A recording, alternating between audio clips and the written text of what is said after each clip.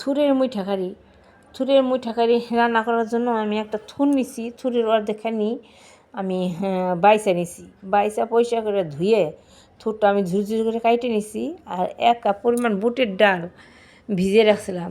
ডালটা যখন ভিজে গেছে আমার, তখন কিন্তু আমি ডালটাও বাইটে নিছি, আর ওই যে সিদ্ধ করা থুরটাও বাইটে নিছি। বাইটে ওই থুর বাটা আর ডাল বাটা সাথে আমি টেবিল চামচে 2 টেবিল চামচ ময়দা দিয়ে দিছি।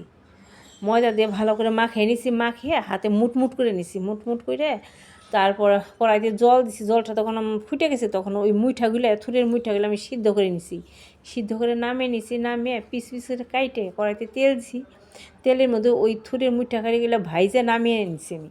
নামিয়ে ওই কড়াই তেলের মধ্যে আমি ফোড়ন দিয়ে দিছি জিরা ফোড়ন দিয়ে, তারপর দিয়ে দিচ্ছি পরিমাণ মতো মশলা। একটু মশলাটা একটু বেশি করে দিতে হবে। দিয়া তারপর মশলাটা ভালো করে কষিয়ে নিয়ে তারপরে কিন্তু আমি পরিমাণ মতো জল দিয়ে দিছি।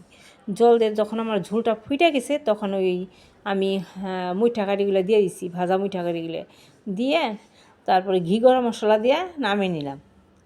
মাখা মাখা করে এই থুরের মুইঠা কারিটা রান্না করতে হবে। আমি কিন্তু থুরের মুইঠা কারিটা নিরামিষ রান্না করলাম। এরকম থুরের মুইঠা কারি নিরামিষ রান্না করে গরম গরম ভাতের সাথে খেয়ে দিবেন, অনেক ভালো লাগবে খেতে। আমার এই থুরের মুইঠা কারি রান্নার রেসিপিটা যদি ভালো লেগে থাকে, তাহলে পেজটি সাবস্ক্রাইব করে আমার ভিডিওতে একটা লাইক করবেন। আর এরকম থুরের মুইঠা কারি রান্না করে একবার খেয়ে দেখবেন কত ভালো লাগে।